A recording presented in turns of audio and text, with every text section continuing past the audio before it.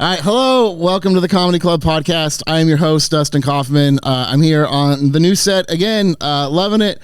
With me today, very funny, Mr. Shayne Smith. Thank you so much. Dude, thanks for being here. I'm stoked to be here. Thanks for being at the club. Thanks for being here. I've been a fan of your work for a long time, too. And I remember the first time I even saw you, a clip of yours, I'm like, man, this dude has so many tattoos. Yes, it's hilarious because there are comics with less tattoos than me that bill themselves as like the tattooed comic. Yeah. Which I always was like, I don't want to be the tattooed comic. I want to be a comic. And so then as time went on and tattoos became more in vogue, there were people who were like, I'm the tattooed comic or whatever. And I was like, dang, dude, that... like I was like, that sucks. It sucks for you to do. Early on in your career, do you think it helped or hinder, or did you have people tell you that it would hinder your having face tattoos? And when I first started, I was at a very like traditional, like real comedy club run by like one of the oldest people in the industry, Keith Stubbs. Okay. A mentor of mine. I owe my career to him. And he passed me at the club and made me a regular. I got to go to one of those, kind of clubs. A real lion's den of like hazing, like very old school comedy. Very like put the work in, get past, like a very structured, this is what you do to open, this is what you do to host, this is what you do to feature. So they told me you how to be a comic. Yes. While you and he was a comic who toured with like Joey Diaz and all these other people and was very successful and was on HBO. Anyway, and he's still to this day very funny, but he was like like, come on. Don't be a homeless person up there, And so I used to like wear long sleeves and stuff. Oh, wow. And then I had seen a clip of Joe Rogan saying he only performed with his tattoos covered. And this was before he was like, who he is now. And I was like, oh, okay, interesting. And then I was just like, as I got better at comedy, I was like, this doesn't matter. This doesn't matter at all.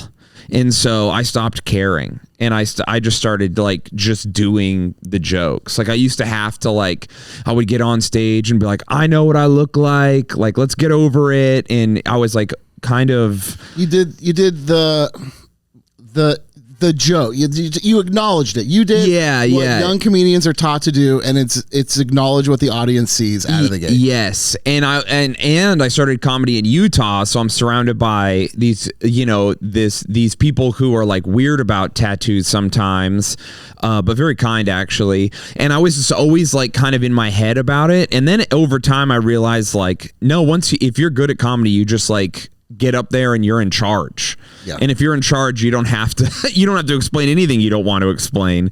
And once I got over that, then I was able to like write actual for real jokes about having tattoos or my experiences and not have to like coach the audience into like getting over the fact that I look weird or whatever. And now I like, it comes up in my comedy here and there, but I have whole specials where I just don't even acknowledge the fact that I look weird. You talk about your tattoos.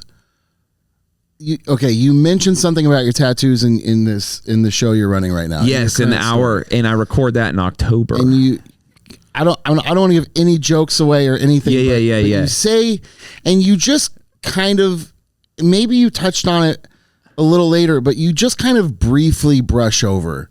Yeah. Where you say the church helped me cover some tattoos. No, not the church, the government. Okay. Yeah. So there's like federal programs for former criminals that will pay to cover or remove tattoos. Oh, I'm so sorry. Wow, this is a real professional joint we got going. It's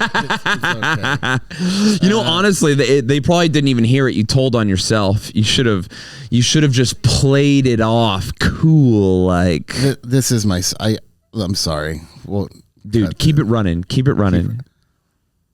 Hello. Hi. How are you?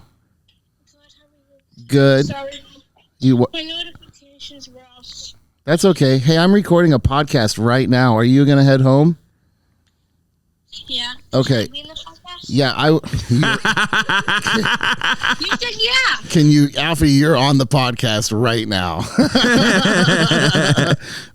Angela's at the house. They're gonna go swimming soon, so maybe hurry up and head home and communicate with them. Like, call the house, call Angela, call Oliver, let them know you're on your way.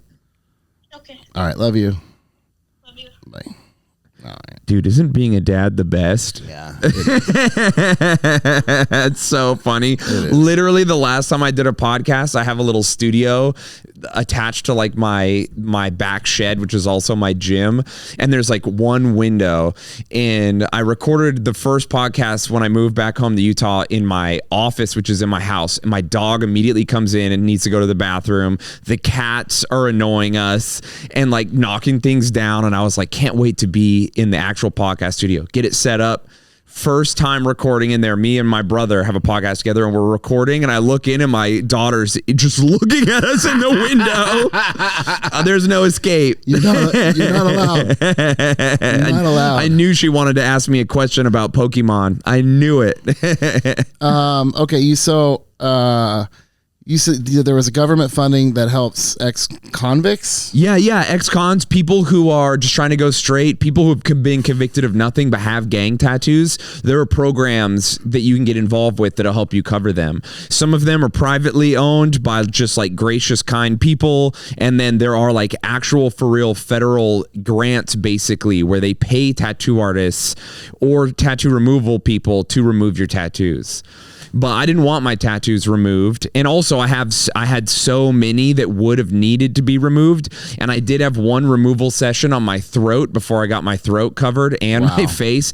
And it is unbelievably more painful than getting a tattoo. The removal. Yeah, the removal's unreal how bad it hurts. So for people who don't know Shayne, I just want to simplay very quickly. Yeah, we can. Because I want to talk about this a little bit. Yeah. And this is after getting into comedy, you found God, became very religious. Yes. And you talk about it heavily, but without, you do it in a very classy where you have a great story, a great fun, and you take this to a mainstream audience. Yes. And so was it what the tattoos represented after finding God and becoming Catholic that made you want to cover a lot of the tattoos? No, they were covered before my conversion. Really? Yeah. Okay. So I had outright for real gang tattoos that I literally was not allowed to keep. And so, and that's just kind of how that works. I think everyone can just infer what I'm saying. When you say not allowed to keep. Yeah. Because I can't represent that group anymore. Because I'm not a part of it. Did somebody say, hey, you need to get those covered, or you just knew? I just knew. There's like there's a culture and there's a lot of rules. There's more rules than you think there are, and it's like kind of an honor among thieves thing, and people know what you can and can't do in Can I ask that culture. What gang or group is that? No. No, that's okay.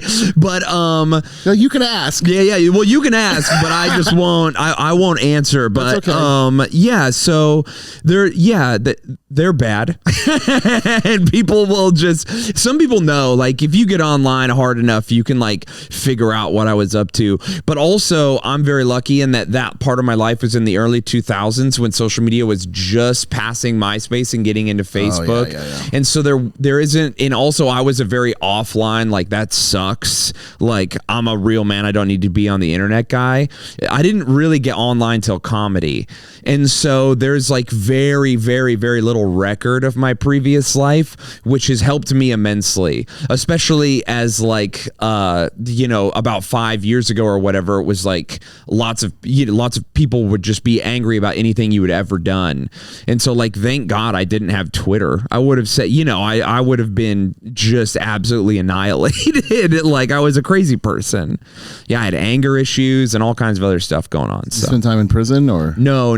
By the grace of God, never went to prison. Okay, so good. Yeah, just like genuinely for real lucky. That's all it was. It's like there's like, you know, if you live in I'm sure you can relate to this. If you live like and you do dangerous things, how many close calls, like you ride a motorcycle, you're like, yeah, I almost died today. But eventually it just becomes like, whatever. I was a shit kid. Yeah. I did stupid things, and comedy kind of helped me. It was like the first thing that I could really just focus and put a lot of positive energy and attention on. And right. And honestly, it's hard when you live a certain way for a certain amount of time. Even after you've changed and you've grown, it's hard to see that. Yes. And it's also it's almost harder to think of yourself as not that person. Yes. Like, it wasn't until I opened the club and after a year and I was like, I'm this, I'm like, dude, I'm not that person anymore. Right. Let it go. That's like what like AA is. That's why like people in AA are like, I am an addict in recovery. But that becomes your identity. The struggle for recovery never ends. And that way you're rooted in something that isn't what you were before without letting go of that. And it's like, how do you just let it go? So was there a time, how long between leaving the gangs, getting your tattoos covered, and then finding God? That would have been about, oh man, like 6 years. Okay. Yeah. So over the course of that 6 years, was it hard for you to let go of the person you used to be, whether it be guilt, whether it just be self-reflection, and then did finding God help you get past that? Yes. Everything you just said. Yeah. So I did have a lot of guilt, an immense amount of guilt. And also just like, yeah, you're moving on, and as you're becoming a normal person and you have like you start to have obligations and you start to see people in a different way, right? Because when you're in that life, there's like only two things that matter, like the respect of your peers and status, basically.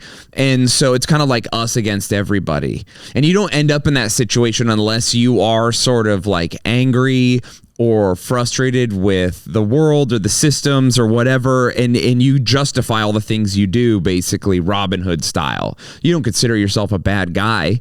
Right. You're a man of the world. Like, they've put you in this position, and now you're a survivor, basically, you know?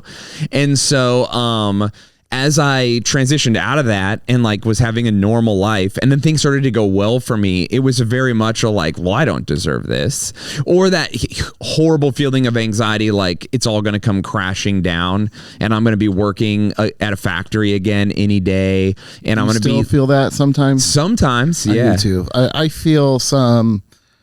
I had a very rough first year here. Yeah, and that anxiety is like, I still have like PTSD from that. Yeah. It was so bad. And so like, I will get these flashes of like, right. Me too. But you know what? I've learned to be thankful for them, because they remind me of how far I've come, where I am, to be thankful and to understand how temporary everything is. That's beautiful. So sometimes I'm like, I could lose it all. And then I'm like, yeah, I could. And so why I should be so thankful for this. I should be thankful for everything I have. Was it hard to leave the gang or that world? Yeah. Not just emotionally want to step away. I mean, I think a lot of people have this idea of like, you can never leave, or like beat in, beat out, threaten to be killed. Like what? Yeah. What were the obstacles that you faced getting away from that? Well, the biggest obstacle is losing your social circle and becoming nobody.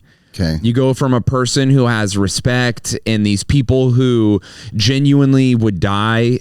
And even in that world, like dying for someone is like whatever. Firefighters will die for you. They don't even know you. Who cares? But they'll kill for you. It's like in that world, like a good friend isn't someone who would die for you. It's like who would you hurt for me?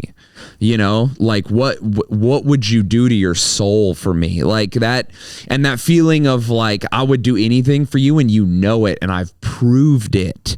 And then you step out of that, and it's like the volume on your life gets turned down like immediately. You're no one. You have no friends. You have no respect. People don't care about you, you know? And so you lose your social circle. You lose all the status and respect that you've built. And it's like wildly humbling. So that's all the stuff that you deal with. Yeah. Within. Yeah. That was the biggest struggle. What about from them?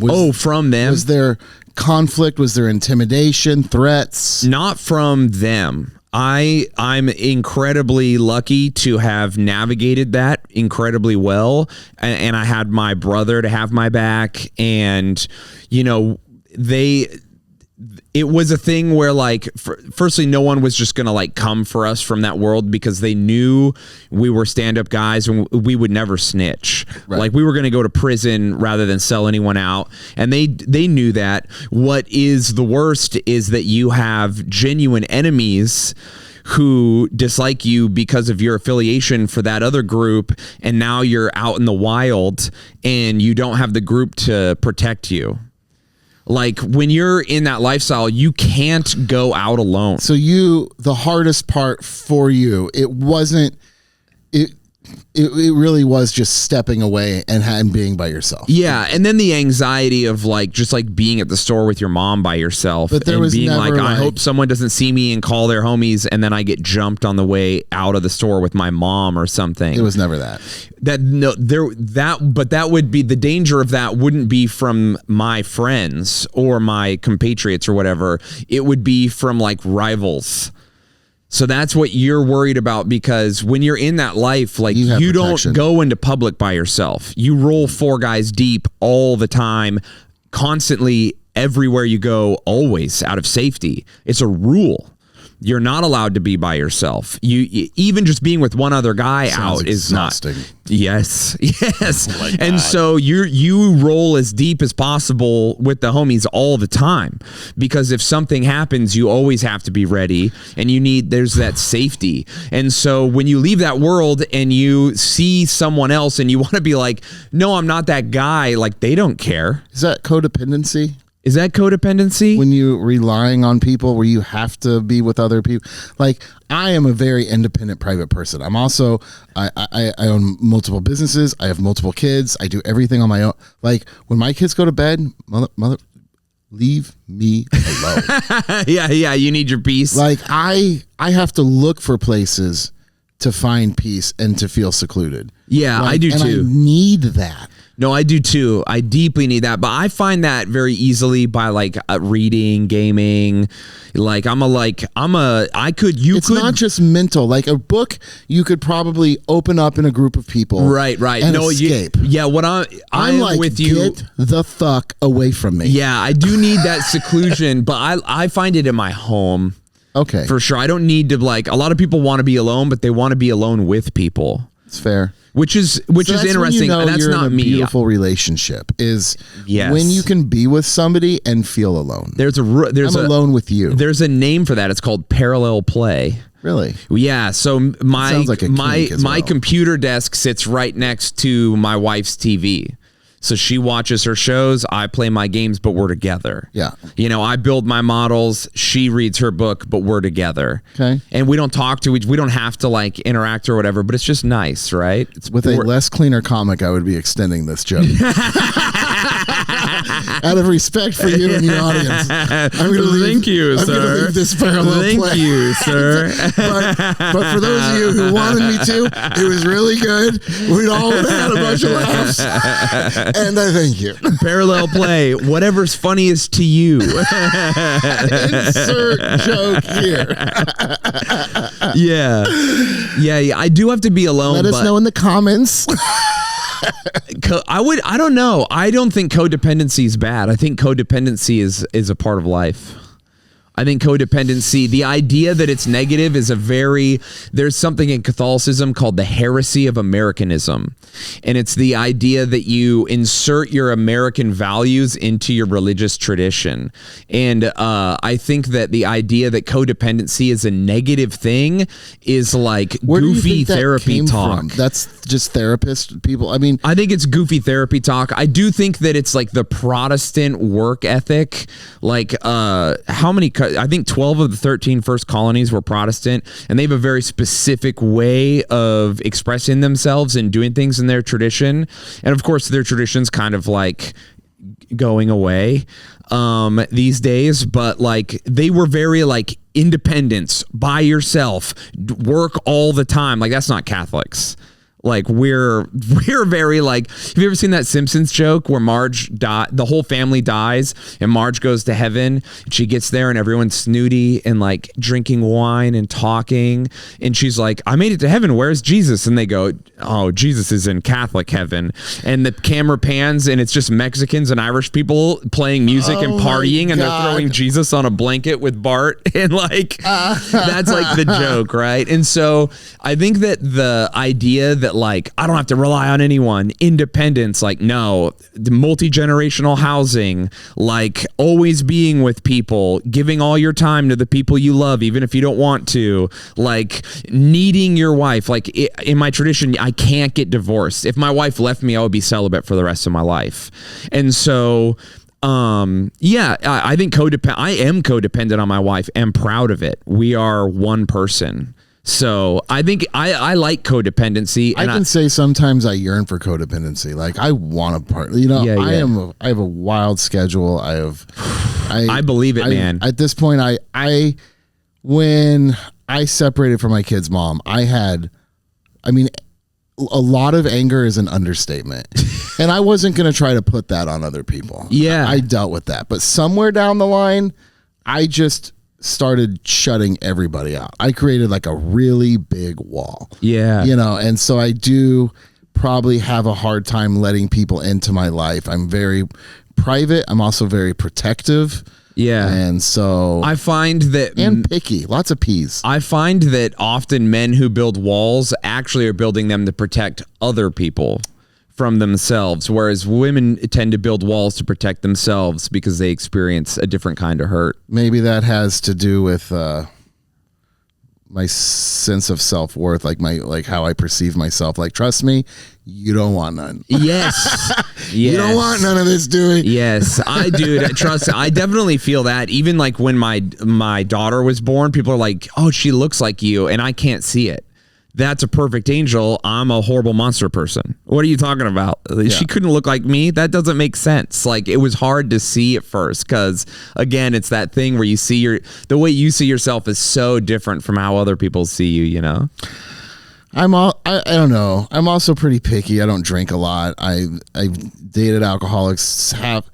Sometimes being here at night feels like alcoholic babysitting with the crowds and stuff. And I just don't. I know that that's a side I don't really want to deal with. And so, like, I don't know. I'm in a world of certain things that I don't particularly always embrace. So, meeting that middle and stuff. As a chicken fingers burger and beer salesman, which is essentially what comics are, I relate. I deeply relate.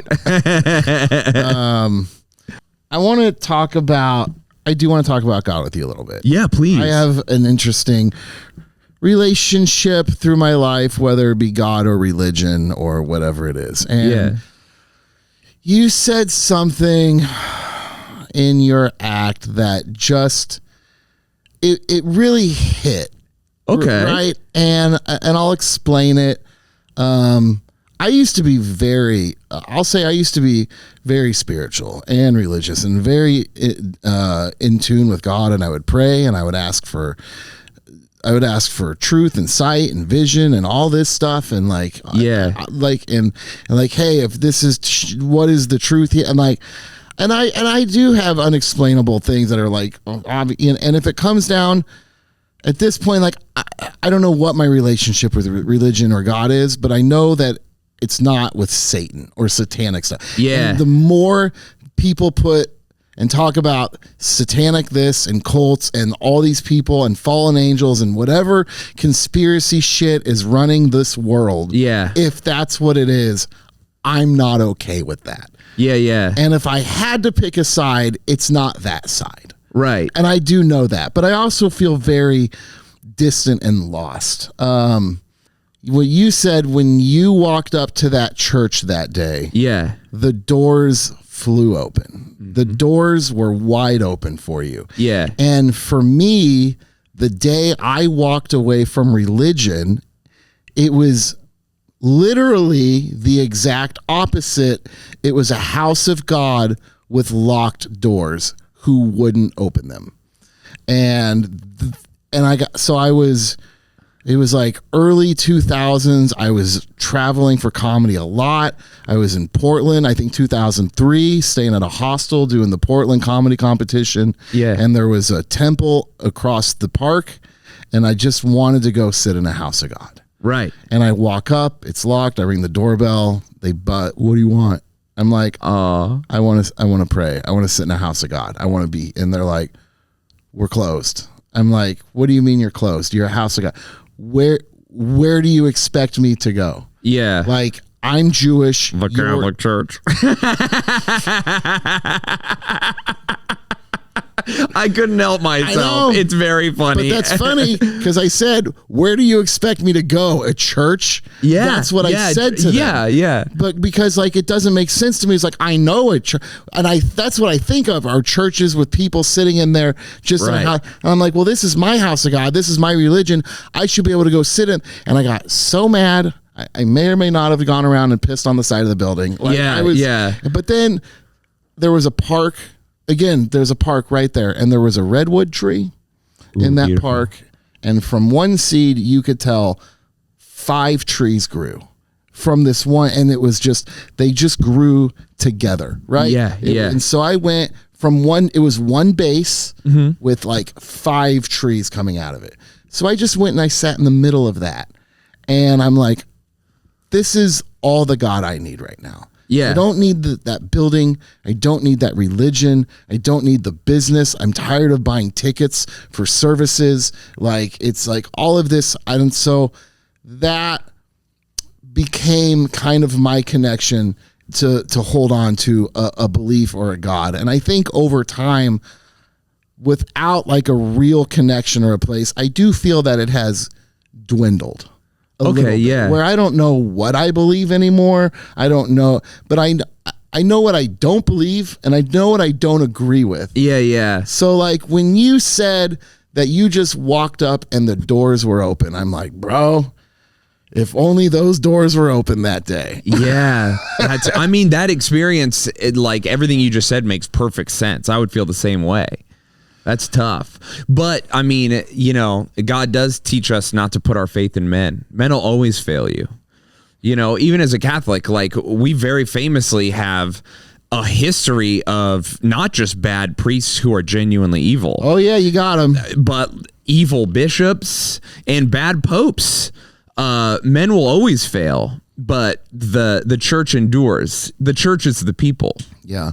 You know, the people who attend, yeah, the lay people, and the church is the clergy. But you know, God also says the people who lead others astray, you know, will be, you know, they'll get justice, and it won't be good for them. They'll be punished in a very specific way. You know, I do think. I mean, I had a bar mitzvah, and that's maybe the last time I felt really like. The most religious thing I did was when I was 30, right? But But being Jewish is first, it is not a popular thing to be right now. No, not which is it's very scary. But it's a culture and a religion, and yes. I definitely did. And I've always felt like I hate that when I'm filling out like a government form or a job application that it's like. Are you Caucasian? Are you African? Are you Hispanic? Like, motherfucker, I'm Jewish. Why is there not a box for that? If you can point to somebody and go, they're Jewish. If you don't want to claim me, I shouldn't have to claim you. If you don't want to accept who I am, I shouldn't have to claim being you. Yeah, right? yeah. So checking that Caucasian box for me has always been a little weird for me. Yeah. But yeah, it is very uncomfortable these days because this whole Israel-Palestine thing, whatever my political stance is or isn't, or whether I have it or don't, is irrelevant. How acceptable it's become again to be anti-Semitic and hate Jews and like talk so much shit online and stuff is so disturbing. Yeah. And uncomfortable. And people are like just letting it happen again. Yeah. Yeah, I mean, those kinds of things come in waves, and it doesn't, it sucks to like, have all these experiences, or like Epstein. Like he had no Jewish victims, was a Jewish supremacist, was doing satanic black magic. It's they don't like eat Jews. You're like, oh my gosh, like, but I can kind of relate as like a person who, there was the Catholic scandals in Boston, genuinely evil priests who were abusing people with their power. A sickening, horrible thing. No one hates that more than us. The same way probably no one hates Epstein more than you. This guy, you're like, really, guy? Really? Like, you're going to make us all look like this? And people will just go ahead and be like, oh, so you choose to be this thing? Even though this person who you've never met in a group who has millions and millions, it's like, how unfair is that? Do you think that Epstein? Do you think that people look at all? It's interesting that you say that. I haven't really thought about that, but it does make me think of some other things I've seen. But recently, do you feel that Epstein is giving the whole Jewish community and culture a bad? 100%. I mean, he was an outright Jewish supremacist, and he had no Jewish victims, and he was also doing like, all the things people say are the most evil, and that they accuse like he was the worst guy. It's the same thing of like people accuse Catholic Jesuits of like all this stuff, and then the scandals in Boston happen, and you're like, molestation, all this stuff. Really, you're gonna do that? You're really gonna, and you're like, and then of course in your head you're like, of course I want justice. Get rid of this guy. Like he has nothing to do with me. This is disgusting. But other people are going to put that on you. I have priest friends who to this day, just random people will come up to them and say evil stuff to them because of what happened in Boston or whatever. And it's like, it's like deeply unfair in a way, but it's also like that's human nature. People are just unable to separate individuals from groups, or unable to like, I don't think most people can't empathize. They sympathize. Sympathy is imagining if you were in someone else's situation and how you would feel and what you would do. Empathy is the ability to remove yourself from the equation and imagine what it would be like to be someone else and feel what they're feeling.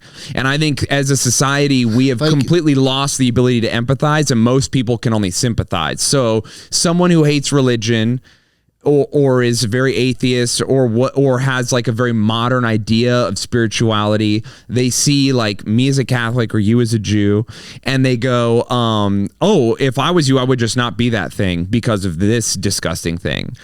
And what people should understand, I guess, from what you're saying too, and what I even hear is, and I want to use a priest and maybe a molestation, like just that people go, oh yes, but these priests are Catholic who are molesting children. Yes, but so are the children and the families of the children. Yeah. So like, there's bad people everywhere, and there's two sides on every situation. Yeah. And here's another thing that's, if you believe in this stuff, and I know that secular people hear this and they go, oh yeah, whatever. But if you are trying to find God, so I'll put it this way. Okay. Before I converted, one of my friends, he used to be religious and he stopped being religious. He's a full out, like, I don't even believe in ghosts atheist, a no spiritual component to life atheist, right? A materialist materialist through and through.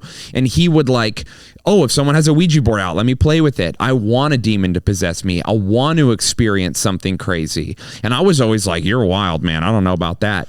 But he never did. Nothing has ever happened to him. And then I converted, and you realize, oh, why would the devil want to show you himself? He has you.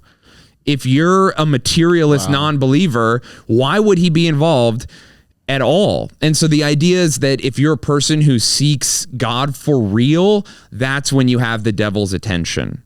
So the people who are seeking God the hardest are under the most attack. And that's like built into that's his whole deal.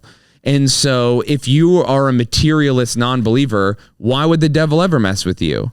Why wouldn't he give you gifts? Why wouldn't he lead you into pride? Why wouldn't he lead you into excess, into wealth, into all these things to keep you away from the truth, which is that life is about suffering and love, you know? And so these people who are seemingly religious and fall so hard, you're like, well, yeah, of course, the devil's after these people. He's after us, you know?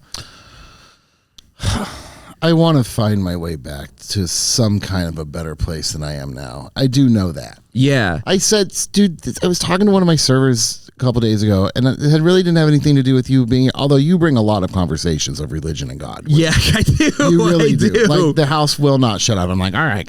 But the other day, something came up, one of my servers, and I just so freely, and it wasn't a thought. I just instinctually responded with, I don't believe in God. Right. And I'm like, I don't even know if that's true. Why? But what the fuck am I talking? Like, I've been so spiritual in my life. And I say this, like, even growing up stuff, I said I used to pray, and I asked for truth and vision and what the story. So I want to tell you a little story here. Yeah, please. I used to, 19, 20 years old, broke, whatever, just pothead, right? I always said I would never turn down a free meal, right? It's just like a fat, broke little pot. Like, and that was something I would say to people sometimes, like, I'll never turn down a free meal. Yeah.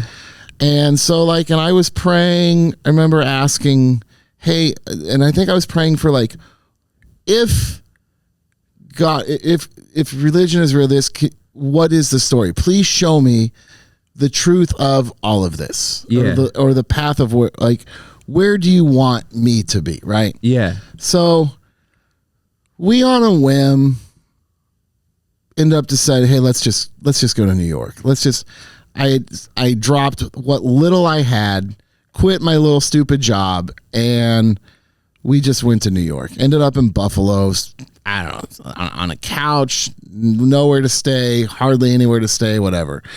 And I was sitting on these apartment staircases for some reason. I don't even know why I was sitting on this apartment staircase. Yeah. On like a main road, and somebody walks by and they're like, hey, and they said, can I talk to you about Jesus or something like, and I'm like, I don't know. Yeah. And they're like, and they kind of told me that they were with this group, right? And I'm like, well, that's really interesting. They're like, yeah, why don't you, I'm like, and I told him about a buddy, like, why don't you come by for dinner and we can talk? And I'm like, yeah. And I'm like, I never turned down a free meal. And so I tell my buddy, his name was Dustin too. I'm like, hey, these people, this, whatever, we want it. So we end up going, right? Yeah, yeah. And it ends up being this group called the 12 Tribes. And they talk about Yeshua and this whole history. And they kind of live off the grid a little bit. And it's a very religious organization. And there's several families that kind of live together. And I called my mom and I told her where I was at. And my brother gets on the phone. He goes, you're in a cult. He's like, I am getting in my car. I am coming to get you, but you're in a fucking cult. I'm like, huh? But I did stay there for a couple days, just embracing, listening. Yeah, because soaking up the vibes, as they say. The vibes and whatever knowledge of religion they had, because it really was important. And then after that, I can honestly say, was it shortly after that? I didn't want to be there, but somewhere I turned and I got rid of all of my music that embraced the devil and talked about the devil and like anything. And like something changed in me. Like I never connect, just the word Jesus to me has always been weird, right? Right. Yeah, especially as a Jewish person. Right. It's like the N-word is growing up. Like you don't say it, you never say it. Yeah. In our house. It's just two words that are never said in our house. And those are the two, you know? Yeah. You just don't talk. So it's weird. That side is weird to embrace. But I do remember like even... And I was a big hippie pothead kid, and I'm like, even the dead, I'm like, a friend of the devil is a friend of mine. I'm like, I don't want to listen to all this fucking bullshit that's just talking about all the... I'm like, I don't want that in my life anymore. Yeah. And I did do that at a point. I did too. Did you? Yeah. I was really into... I was even involved with the Temple of Satan, which is like a political organization that leverages Satanism to make people not have like the 10 Commandments outside of a courthouse or things like that. Wow. But they say that they're like atheists, but they are actually really Satanists. Like it's like if you pretend to be, if you're doing Christianity for pretend, you're still doing Christianity. Like you're materially doing the thing. God gives us material means by which to grow spiritually, and so if you're doing that in the reverse, it's also going to go in reverse. You know. So I think maybe, and again, this is just sitting here talking to you, like it's possible that finding God in nature young at that point in my 20s and then hardly ever going outside anymore as an adult. That's a huge part of it. If that is where I find my God and where I feel connected to the energy of the universe, I'm not allowing myself to be in that, to feel that energy or to feel connected. Yeah, I mean, creation is a huge part of God's whole deal, right? If he created everything and everything is held in the mind of God, like then create, like when you're out in nature and you're looking at a sunset and you feel that weird feeling like when you go to a concert and you're around a lot of people. And you're like, all our hearts are like lifted up. Like, what is this? I'm having a spiritual experience at the Tool show. How is this possible? You know? And you have that same experience when you see a sunset. Like, that's God. That's creation. That's, you know, and that's also why music affects people so much. I mean, the Bible, even just the first part, your part of the Bible is, you know, God gives us, what does he give us? He gives us commentary, stories, poetry, song. And that's like the whole idea in the Christian tradition is that Jesus is the Word made flesh, which is why stories affect us so deeply. Tolkien, the guy who wrote Lord of the Rings, he converted C.S. Lewis by explaining to him that every myth, every good, virtuous story that lifts your heart and makes you want to be a hero or makes you feel true sorrow in that beautiful way, or makes you feel romantic or makes you feel loving, all those things point to God. All good stories point to God, and the Bible is the true myth. It is a myth like all the others, but this one is real. And so music, nature, song, poetry, stories, all these things that like lift your heart in a weird, and you know it's spiritual. You know it is. Even if you're a materialist, the way poetry can make you feel if you truly let it affect you, that's God. You know, that's us participating in God's vision in creation. What is a false idol? A false idol is something that takes you towards sin and away from selflessness, away from love, away from sacrifice, away from self-mastery. Is that why you find it these days so important to talk about your journey with God in your comedy act?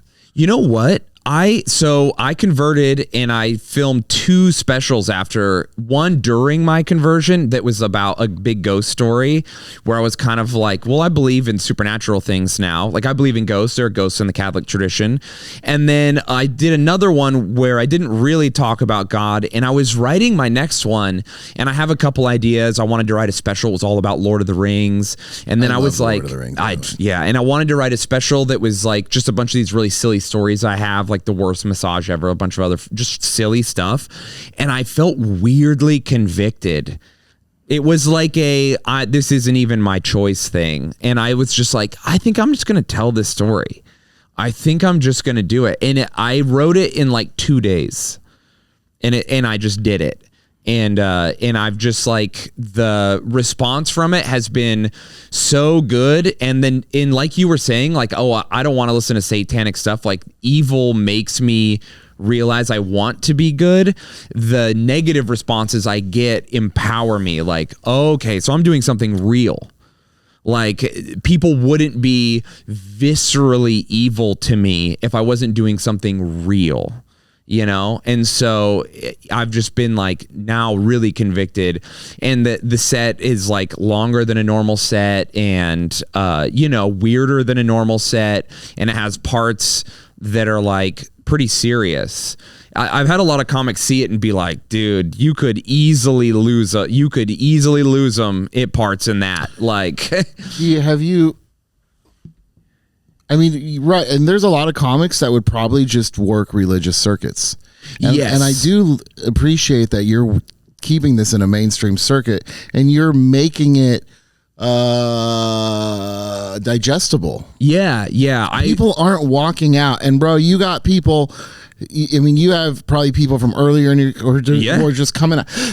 Like I saw some very God friendly shirts. Yes, definitely. Leaving the club, but with everybody else. Yeah, people aren't leaving early. Yeah, and it's been, as I've been doing it more, it's like it's more fleshed out. The negativity has lessened immensely, and I've even had a lot of people. One of my favorite compliments is someone who comes up to me and they're like, "I'm completely antithetical to your worldview, but crazy story, man. Thank you. Like, good time. You want to take a photo?" And that's like my favorite compliment.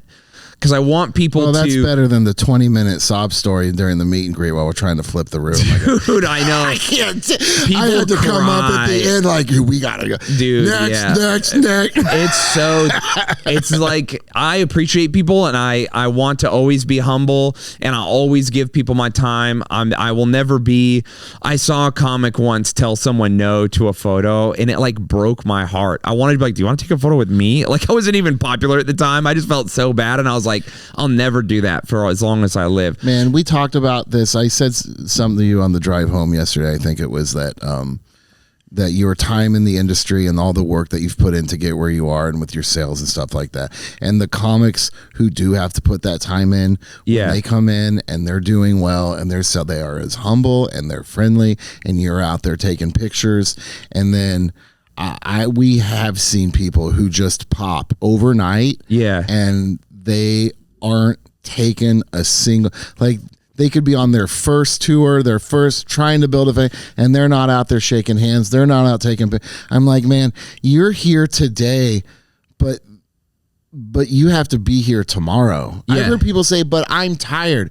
I didn't get into the conversation with them. Like, to hear a comic say, I'm tired. You know who else is tired? Them. The people who are here, who spent their money to support you after a long ass week. Working class people who have to get a babysitter, who don't make a lot of money, who have to buy 2 things. Like, be appreciative of every single person that comes to the door. Yes. Even as a club owner, I'm so appreciative in this industry and the people that come here. I will stand there and I have my staff stand there.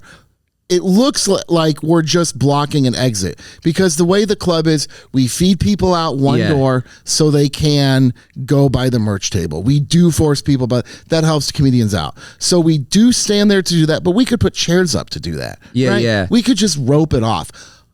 I have my staff, and if I'm not here, and when I am, I will stand there and thank every single person who walks out of that showroom. Yeah. On their way out.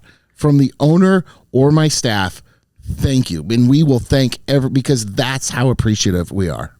Yeah, that's like so rare in a club too, and there are clubs now who who are in it for the money, and they don't appreciate comedy, and they don't care about comics, and they surely don't care about the audience, and they're basically just a restaurant with a side hustle. And so to come to a place like this where all the staff are awesome, you hire everyone that I've talked to that you've hired is like a genuinely cool person. Like it's so unique and awesome. Like truly you guys have something going on great here. And it's like, as a comic who cares about comedy, especially like when you're even when I was doing sets that had no broader message, there would be people who would be like, I was going to kill myself and I was in a really dark place, and thank you for just like giving me a silly time. Isn't it nice to know that just laughter can heal, and that like and to hear some of those, I've heard some wonky things after shows too, that about, like, yeah, it is nice to know that you're helping people. That that you can do it if done well and right. That right. Just being yourself. I don't get that from comedy personally, but I have that from music. There are bands where if I met the guy, I'd be like, hey, just so you know, your lyrics like save my life, basically. Yeah, like, I never wanted to kill myself, guys. Gotta be honest with you. Well, I don't even know that I wanted to kill myself for real. I don't think I've ever... I'm less of a piece of shit because of my kids. I could thank them. If it wasn't for you, I don't know what I'd be doing today, so thank you. But there's music that... Even if it doesn't necessarily have to stop you from killing yourself as much as it just like the algorithm pulls doesn't like you that. out. Unaliving. Yeah. Oh yeah. True. Well, get it in post, guys. Get it in post. But cut it out. We'll go ahead and bleep that. But there is like those bands that like pull you out of a dark place or push you to a good place, or calm you, or just I love an oasis. Yeah. In a life that is like so often dark and scary and confusing and anxious, and life is pain for sure. It's a huge part of the human condition. So I'm glad that we got to sit here and talk. Yeah, me too, man. And for the record, you didn't push religion into this. I did, because I'm the one that wanted to have this conversation. Yeah, fair enough. It's my struggle, and like I don't wanted to talk to you about the journey. Even when you say believing in ghosts and after stuff, it's crazy that I do, because I can sit in my house. There's been times that I have covered my feet in bed because I didn't want something to come grab my feet. Like sometimes you just feel something. So yes. How can I believe in that but not this? Like, it's crazy to think you can only believe in one side of the coin. But regardless, I appreciate this conversation, and we have a show starting soon, so we do. We're gonna wrap up. I'm gonna let you get to it, but Shayne, what's your socials? Oh, Shay Dozer on everything. Shay Dozer. Shay Dozer. SHAY Dozer. I couldn't. Shayne Smith, the billionaire, owns everything to do with my name, so I had to go Shay Dozer. I named myself after the Kill Dozer. So that's so funny. Yeah. Dozer. God forgives, but the Kill Dozer doesn't. That's awesome. Thank you for this. Thanks for being here. Great weekend. You're very great fans, everything. So, dude, thank you so much. Do you know what? Can I give you the smallest piece of advice to help your spiritual life? Yeah. It is so small. Genuinely, this is just something you do. Just start praying over every meal you eat. Just sit there and say what you're thankful for and thank God for your food. Just do that. And it will snowball into a bigger spiritual practice. I guarantee it. Okay. Yeah. Okay. All right. Deal. I'm going to thank God for the kitchen I'm about to raid downstairs. Heck yeah, dude. It's easy to be thankful for delicious food. Great story. One of the best storytellers. You're telling an hour and 20-minute story on stage right now. If he's coming to your city, check it out. Go watch his specials online, Dry Bar, and when you're filming your special soon? Yeah, I'm filming in October. Is that another Dry Bar? Yeah, it's another Dry Bar. They're my guys. I don't want to work for Hollywood. I love that. Yeah. I love that. All right, let's do it. Let's do it. All right, we'll foot bump. Here we go. Boom. All right. Yeah. See ya.